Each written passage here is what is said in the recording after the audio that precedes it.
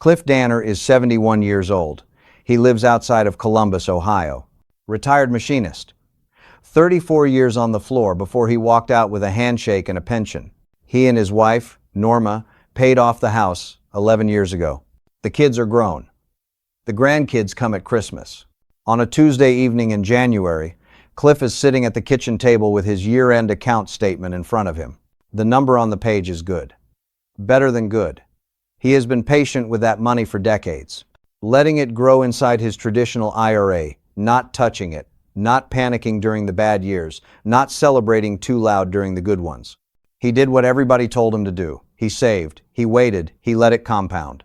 He folds the statement, puts it in the drawer next to the insurance papers, and goes to bed feeling like a man who got it right. He did not know that the IRS had already noted his birthday. He did not know that in less than 12 months, a federal rule would begin deciding how much money he pulls out of that account every single year, whether he needs it or not, whether it is convenient or not, whether it pushes him into a higher tax bracket or not.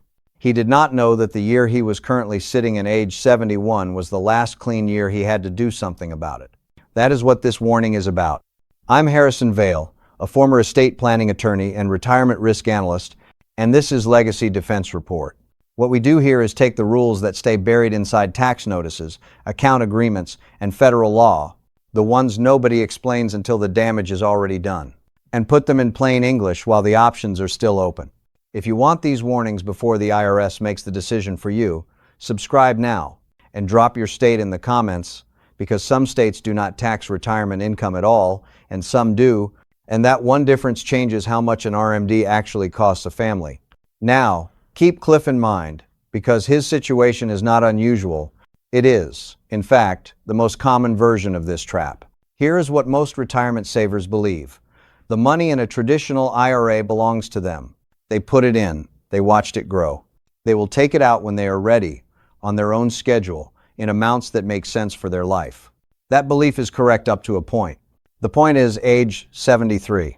Under the law that governs retirement accounts right now, the IRS requires you to begin withdrawing a minimum amount from certain accounts once you reach age 73. The rule is called the Required Minimum Distribution, or RMD. And the reason it matters so much, the reason it can do real damage to a family that thought it was safe, is that it is not optional. The IRS does not ask whether you need the money. The IRS does not ask whether your income is already high. The IRS does not ask whether you were planning to convert that account to a Roth or reduce your taxable income before Medicare recalculates your premiums. The IRS follows the formula. The formula runs on your birthday. And once it starts, it does not stop. But here is the piece that trips people up. The age written into the law is 73. So some families think, I have until 73 to do something, I have time. What they are missing is that the window to make smart moves closes at 72. Because 72 is the last full year before the mandatory clock can fire. If you arrive at 73 without making certain account-level decisions, you are no longer choosing your income. The IRS is. That is the trap. And it does not announce itself. Account number 1, the traditional IRA. Cliff's statement showed $480,000 in his traditional IRA. That number felt like security. And in many ways, it is. But here is the plain English version of what that account also represents. Every dollar in a traditional IRA is pre-tax money. Cliff never paid income tax on it when it went in. He got a deduction. The account grew without being taxed along the way. But the IRS has always known that the bill was coming, they just agreed to wait.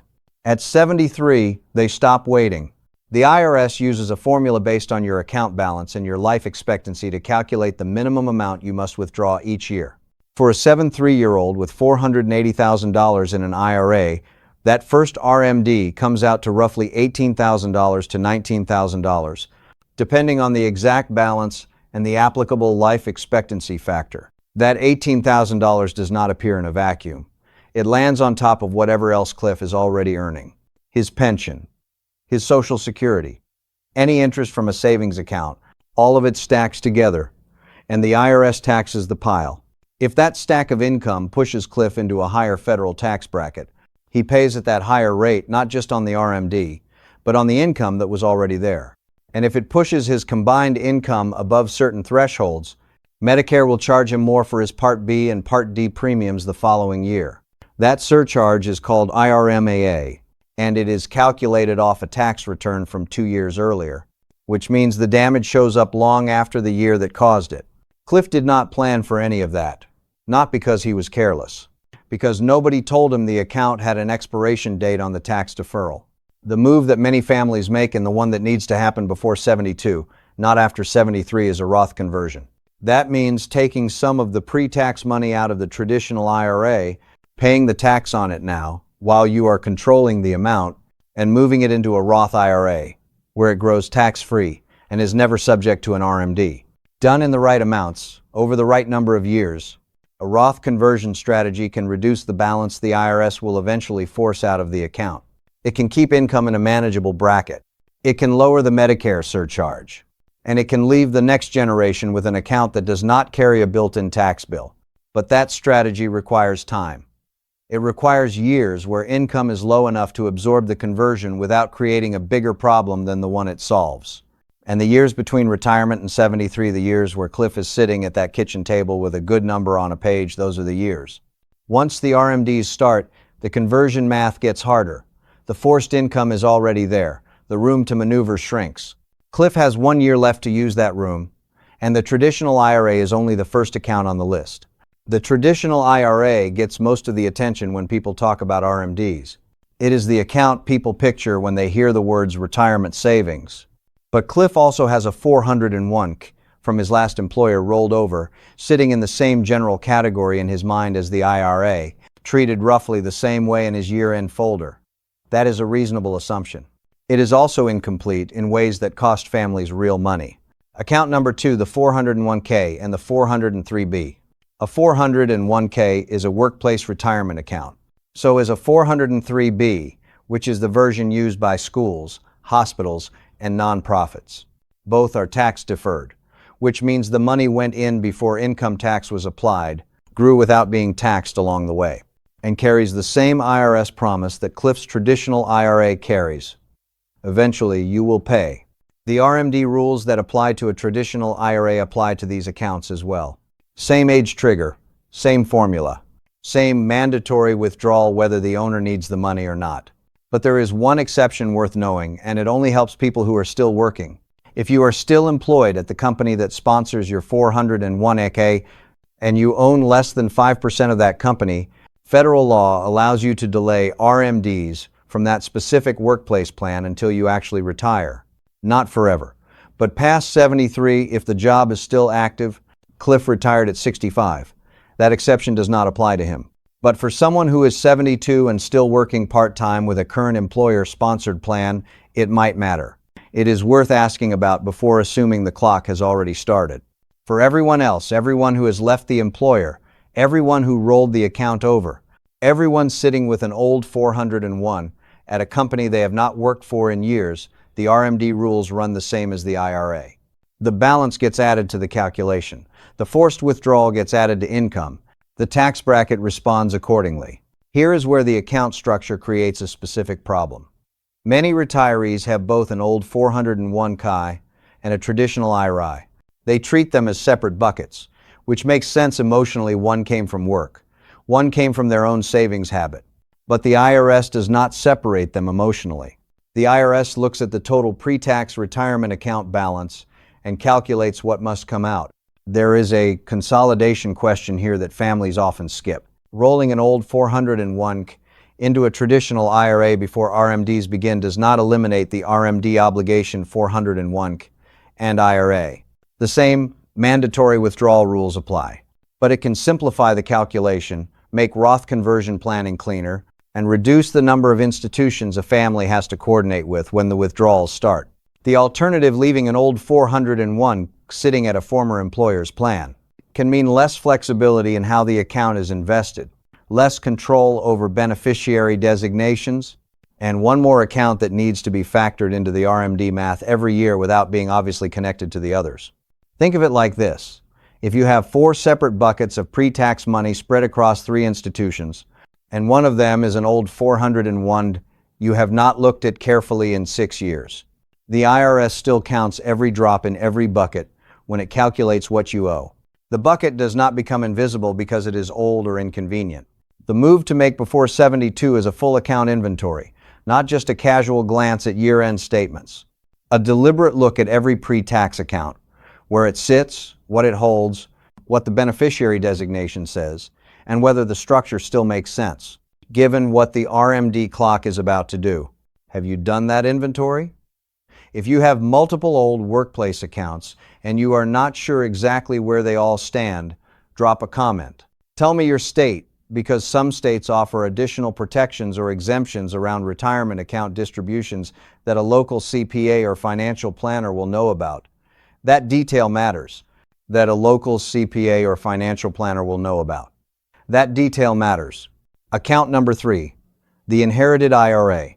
This one catches adult children and surviving spouses in completely different ways, and it is the account most families are completely unprepared for.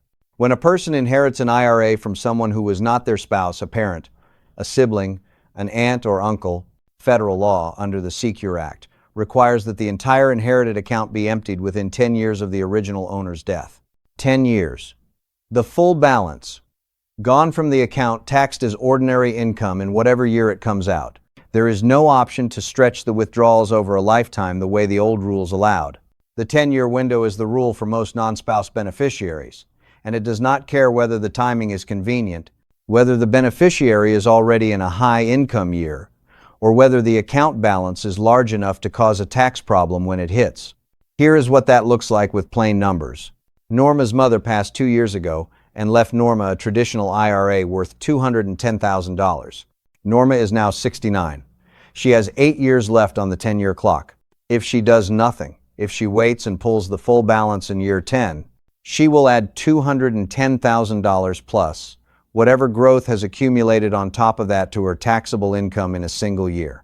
On top of her Social Security, her pension, and Cliff's RMDs that will be running by then. That is the year the tax bracket does not just nudge upward. It can jump. The smarter approach, and it requires time to execute properly, is to spread the withdrawals across the 10-year window in amounts that keep the annual tax hit manageable. Pull enough each year to stay inside a reasonable bracket. Do not let the clock run all the way down and then force the entire account out in one event. But that planning requires knowing the clock is running. Norma did not know it started the year her mother died. She thought the inherited IRA just sat there like her own accounts, waiting until she was ready. It does not work that way. The account may have her name on it now, but the tax code sees a deadline, and that deadline runs whether or not anyone in the family is paying attention to it. The third account on this list carries a different kind of pressure, one that does not come from your own birthday, but from a birthday and a tax structure that was built long before you ever inherited a dollar. Cliff and Norma have 3 accounts on this list working against them already. The traditional IRA with its mandatory withdrawal clock, the old 401, sitting in the same pre-tax category. The inherited IRA with a 10-year countdown that started the year Norma's mother died. But the 4th account on this list is the one that surprises families the most. And the cascade it triggers, the one involving Medicare premiums, is the piece that turns a manageable tax situation into an expensive one that follows the family for years. Account number 4, the tax-deferred annuity. An annuity is a contract between you and an insurance company. You put money in. The money grows. At some point, you take income from it. There are many kinds of annuities, and not all of them create the same problem. But a specific type, a non-qualified annuity held inside a tax-deferred wrapper, where the growth has never been taxed, carries withdrawal rules that work against retirees, in much the same way that a traditional IRA does. When the money comes out of that kind of annuity, the growth portion is taxed as ordinary income, not capital gains rates. Ordinary income, the same rate that applies to wages, pension checks, and IRA withdrawals. And if the annuity is also subject to RMD rules, which applies when it sits inside a qualified retirement account like an IRA, the mandatory withdrawal clock runs on it the same way it runs on everything else in that account. The families who get hurt here are the ones who bought an annuity inside an IRA or a 401 because a salesperson told them it offered protection and growth. That may be true. But what those families often were not told is that putting a tax-deferred product inside an already tax-deferred retirement account can create valuation and RMD calculation problems that are harder to untangle than a straightforward mutual fund or index fund. Think of it like this. An annuity inside an IRA is a box inside a box. Both boxes have tax rules attached to them. And when the IRS demands the mandatory withdrawal from the outer box, the inner box has to be valued and counted.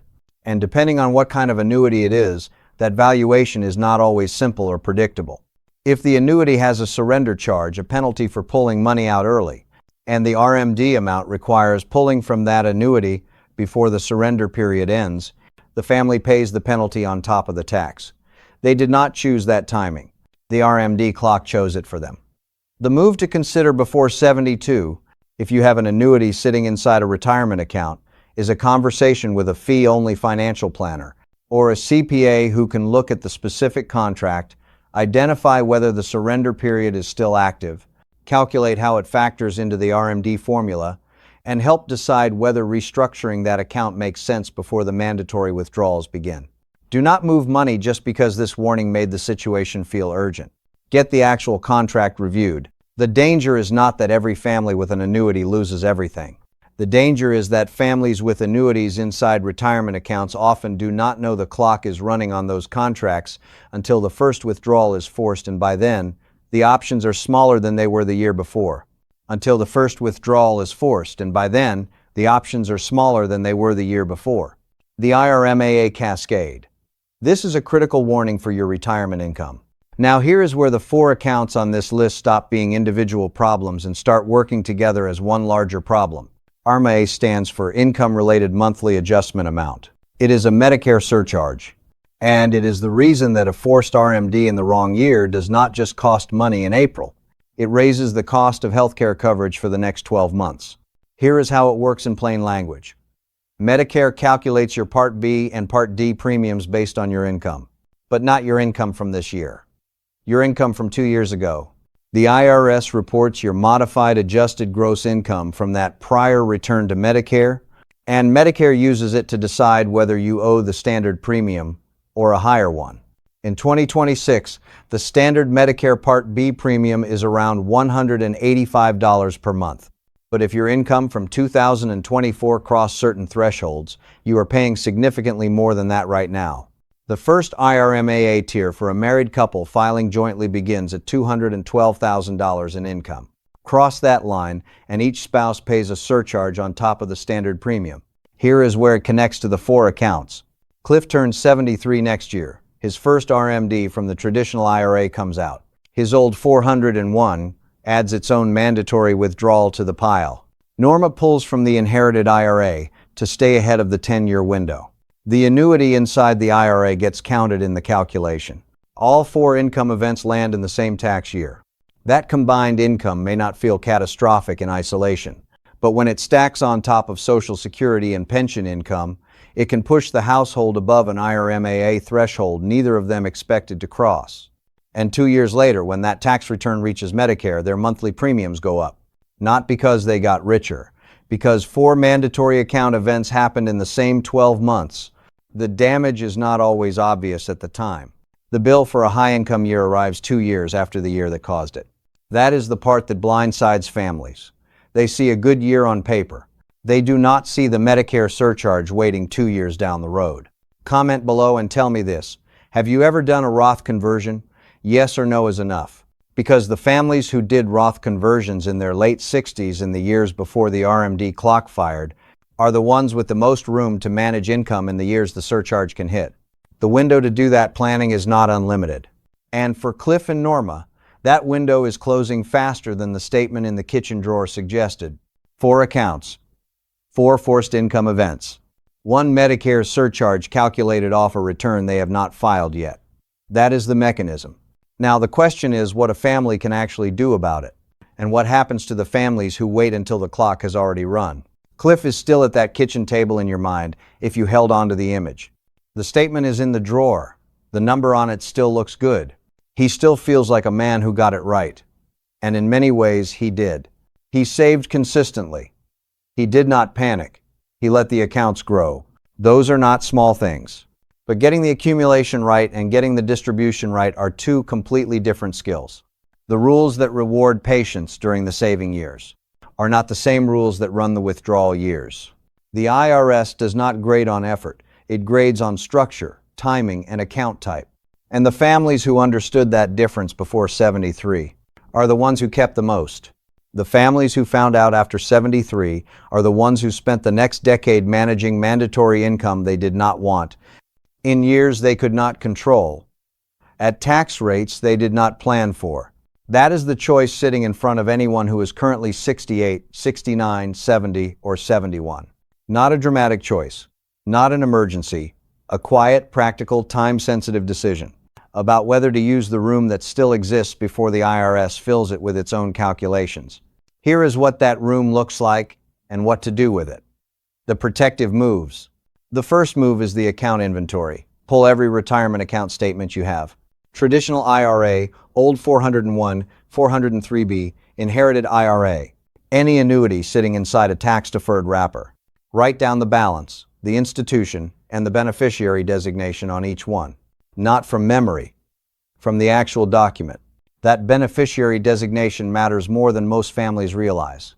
The will does not control who inherits a retirement account. It is the beneficiary form that truly controls the account.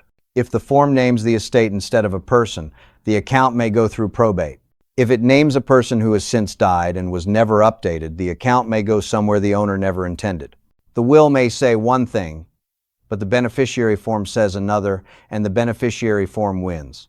The second move is a Roth conversion analysis. This is not a recommendation to convert every dollar right now. It is a recommendation to sit down with a CPA or a fee-only financial planner before 72 and ask one specific question. Given my current income, my expected Social Security, my pension, and my account balances, how much can I convert to a Roth each year without pushing into a bracket that costs more than the conversion saves? That analysis is not complicated for a professional to run, but it requires being done before the RMD clock fires, because once the mandatory withdrawals begin, they count as income in the year they come out. They reduce the room available for a clean conversion. The pre-RMD years are quieter income years for most retirees. That quiet is valuable, and it does not last. The third move applies specifically to anyone sitting on an inherited IRA. Get the 10-year clock clearly on paper. Know the year it started. Know the year it ends. Then build a withdrawal schedule that spreads the account across that window in amounts that keep the tax hit manageable each year. Do not leave the whole balance for year 10 and treat it as a problem for later. Year 10 is not later. It is a specific date already written into federal law. The fourth move is an IRMAA projection. Ask your CPA or financial planner to estimate your modified adjusted gross income for the next 2 to 3 years, including projected RMDs, any inherited IRA withdrawals, Social Security, and pension income. Then compare that number to the IRMAA thresholds for your filing status. If you are close to a threshold, there may be steps available now, adjusting the timing or amount of a Roth conversion, for example, that keep you on the right side of the line before Medicare calculates the surcharge. The families who do this are not doing anything exotic. They are reading the rules before the rules read them. The two versions of the same family. There is a version of Cliff and Norma where none of this gets done. At age 73, Cliff turns another year older. The IRA sends the first RMD. The old 401 sends its mandatory amount. Norma has not touched the inherited IRA and pulls a large sum in year 9 to avoid a catastrophic year 10. The annuity inside the IRA gets counted.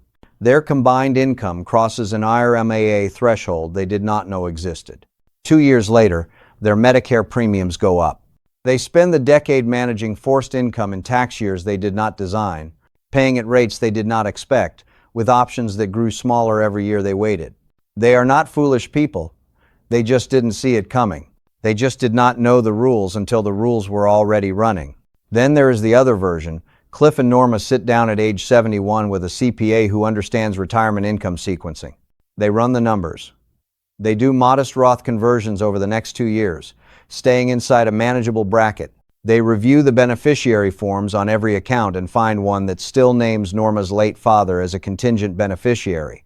They build a 10-year withdrawal schedule for the inherited IRA. They consolidate the old 401 into the IRA, where the investment choices are better and the account is easier to manage. They arrive at 73 with smaller pre-tax balances, lower projected RMDs, income that stays below the IRMAA threshold, and a Roth account that belongs to their kids without a built-in tax bill attached. Same family, same starting point. Different outcome because they used the last clean year before the IRS used it for them. That is what the window before 72 is. It is not a loophole. It is not a trick. It is the last full year. The rules allow a retiree to make deliberate decisions about their own retirement income before the mandatory clock takes over. The families who act in that window keep more. The families who wait find out what the IRS decided on their behalf. Do not let a drawer full of good-looking statements be the last financial decision you make before 73. Subscribe now and send this to the person in your family who handles the retirement paperwork, because the one who sees this warning early is the one with options. Legacy Defense Report is here every week with the rules that matter before they matter the hard way.